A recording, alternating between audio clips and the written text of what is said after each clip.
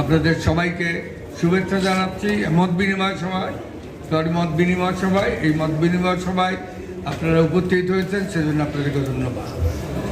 আমি সর্বপ্রথম দুজন ব্যক্তিকে সবচাইতে বেশি সম্মান দেই, সেটা হচ্ছে দৈনিক আমার দেশের সম্পাদক জনাব মাহমুদুর রহমান এবং জামায়াতে ইসলামী চট্টগ্রামের মহানগরীর আমির জনাব মৌলানা শাহজাহান চৌধুরীকে, যেই দুজন জেল জুলুমকে উপেক্ষা করে তারা রাজপথে সংগ্রাম করেছে।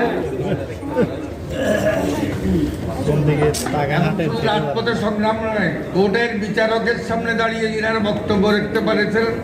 বাংলাদেশের এই দুজন মহান ব্যক্তি আজকে একজন হচ্ছেন জামায়াত ইসলামীর এবং আমির এবং আমাদের দৈনিক আমার দেশের সাহসী সম্পাদক মাহমুদুর রহমান।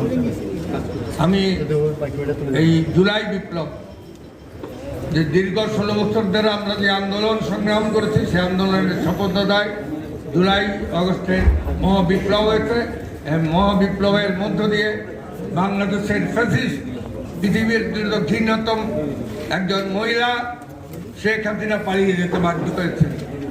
এটা আপনারা সবাই দেখেছেন এবং এটা কিন্তু পৃথিবী যতদিন ইতিহাস লেখা থাকবে সেই ইতিহাসে কিন্তু এটা সবাই এটা আপনারা দেখবেন, লিখিত থাকবেই।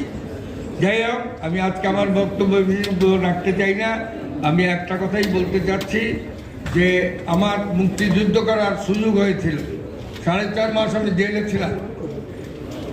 আমি 24-এর মুক্তিযুদ্ধ দেখেছি। সেই মুক্তিযুদ্ধ আর এই মুক্তিযুদ্ধের বহু ডিফারেন্স। হাজার শত শত মানুষ, মেয়ে, ছেলে, আমরা যখন 5ই আগস্ট আমি এবং শাহনাজ বিপ্লবী সহযোদ্ধা যিনি সত্যবত আমাদের সাথে সংগ্রামে